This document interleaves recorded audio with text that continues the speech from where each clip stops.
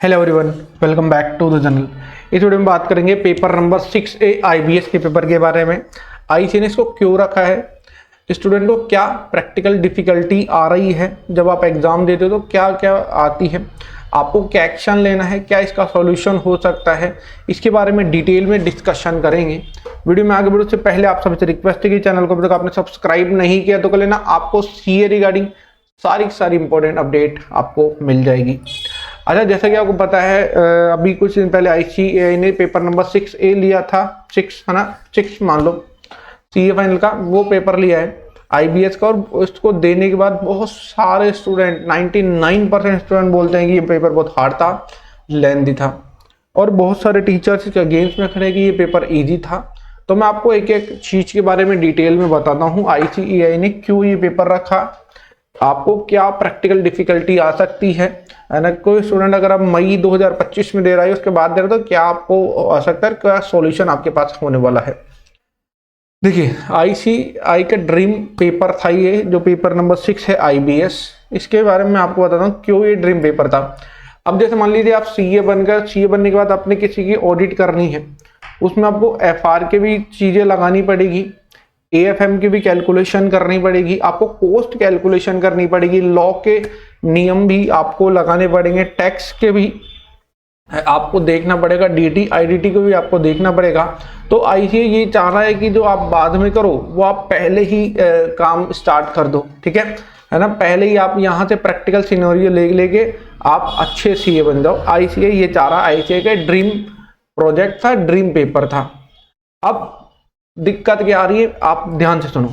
देखो, यह है सीए फाइनल का पेपर, ठीक है। ग्रुप 1 में ये रहा पेपर, ग्रुप 2 में ये रहा।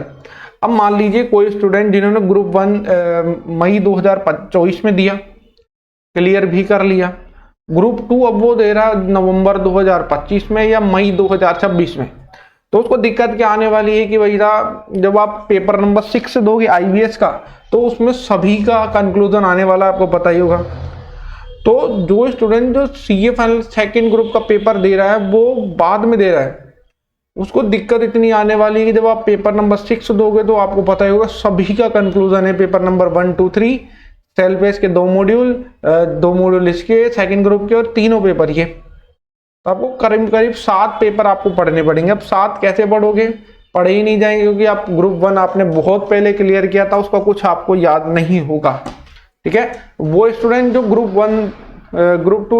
1 दे चुका है, ग्रुप 2 के बाद सीए बनना बहुत ज्यादा उसके लिए मुश्किल हो जाएगा, ठीक है। एक बात तो ये है।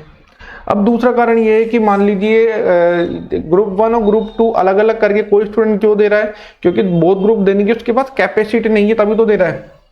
लेकिन अगर आप एक ग्रुप 1 दे दिए तो ग्रुप 2 में आप अटकोगे। आपको ग्रुप 2 छोटा लग रहा है, लेकिन प्रैक्टिकली अगर आप देखोगे तो ग्रुप 2 आपको बहुत बड़ा लगेगा। ग्रुप 1 और ग्रुप 2 मिला के है ये पेपर नंबर 6 के लिए, क्योंकि आप पेपर नंबर 6 तो देने ही जाओगे ना। पेपर नंबर 6 जो स्टूडेंट देगा वो अटक जाएगा, क्योंकि आपको सारे के सारे पेपर को रिवाइज करना पड़ेगा। अगर आपको ग्रुप 1 दिए बहुत टाइम हो चुका है तो आप ग्रुप 1 के भी रिवीजन करना पड़ेगा, आपको ग्रुप 2 की भी रिवीजन करना पड़ेगा, तब आपका काम होने वाला है पेपर नंबर 6 में, तब आप थोड़ा जाके क्लियर करोगे। अब वो स्टूडेंट जो ग्रुप 1 दे रहा है उसको पता है कि जब ग्रुप 2 आएगा तो मेरी हालत खराब हो जाएगी, ठीक है। उसकी हालत खराब हो जाने वाली है, क्योंकि आपको पता ही होगा कि आपको वापस से सारे के सारे पेपर का रिवीजन करना है 6 वाले पेपर को कंप्लीट करने के लिए, ठीक है। आपको पता ही लग गया होगा। अब क्या दिक्कत आ रही है ये मैं आपको बता दिया। अब देखो सॉल्यूशन थोड़ा सा क्या है होने वाला है, ये देखिए। अब ग्रुप दोनों आपको एक साथ देना है। अगर आप ग्रुप 1 दे चुके हैं तो कोई बात नहीं, दूसरे के लिए क्या करना पड़ेगा कि आपको पीछे वाले ग्रुप का, मतलब ग्रुप 1 के सेल पेस मॉड्यूल जो सेट ए था उसके साथ साथ सबको रिवाइज करना पड़ेगा, सबको बराबर टाइम देना पड़ेगा, ताकि आप पेपर नंबर 6 दे पाओ।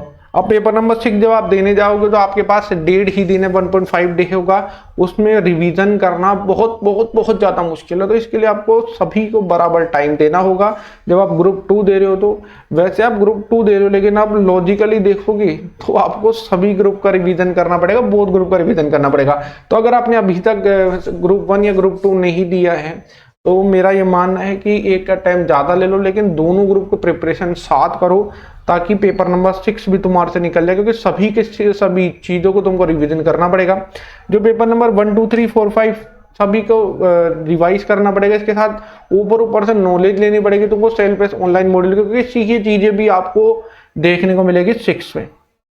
अब सॉल्यूशन क्या है? शायद मेरे को ये लगता है कि जब आईसीएआई ने पेपर नंबर 6 को डिज़ाइन किया होगा तो उसके माइंड में ये डिफ़िकल्टी नहीं आई होगी कि स्टूडेंट अगर ग्रुप 1 क्लियर करते हैं तो ग्रुप 2 देने में उसको बहुत ज़्यादा दिक्कत आने वाली है। आपको क्या करना है, देखिए आपको आईसीएआई को मेल करना है, बिल्कुल सॉफ्ट लैंग्वेज में आपको मेल करना है कि देखो, लॉजिक के साथ बताना है कि अगर अपन ग्रुप 2 देते हैं तो 6 में बहुत दिक्कत आने वाली है। लॉजिक के बाद साथ साथ आपको ये बताना है कि क्या क्या डिफ़िकल्टी स्टूडेंट को फेस करनी पड़ती है, ठीक है, सही में फेस करनी पड़ती है स्टूडेंट को। तो ये सारी चीज़ें आपको सॉफ्ट लैंग्वेज में लिखना है। ब्लेम करोगे, हार्ड लैंग्वेज करोगे, कोई बेनिफिट नहीं मिलेगा, ठीक है। आपको मेल करना है आईसीएआई के काउंसिल मेंबर्स को, board of studies, examination department को। अगर उनके माइंड में आएगा वही चेंज कर पाएंगे, ठीक है, ये बात जरूर ध्यान रखना। और कोई दूसरा पर्सन ये चेंज नहीं कर सकता है। अच्छा, अगर मान लीजिए आपको पेपर नंबर 6 रखना ही है तो आपको कोर्स को नीचे लाना पड़ेगा पेपर नंबर 6 के लिए।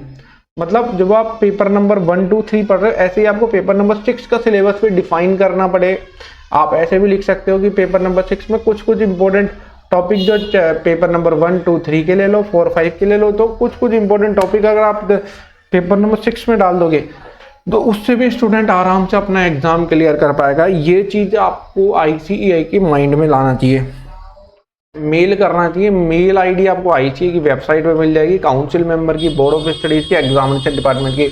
आप सब एक साथ करोगे मेल, तभी आपका काम होगा। हार्ड लैंग्वेज से कुछ नहीं होने वाला, फंस हो जाओगे आप, ठीक है। सॉफ्ट लैंग्वेज में बोलो, आराम से बोलो।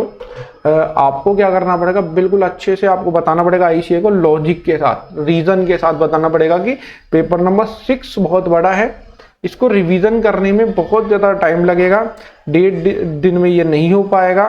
और ये जो 5 सब्जेक्ट को एक साथ पढ़ना है, जो स्टूडेंट सेकंड ग्रुप दे रहा था उसके लिए तो बहुत ज़्यादा डिफिकल्ट होने वाला है।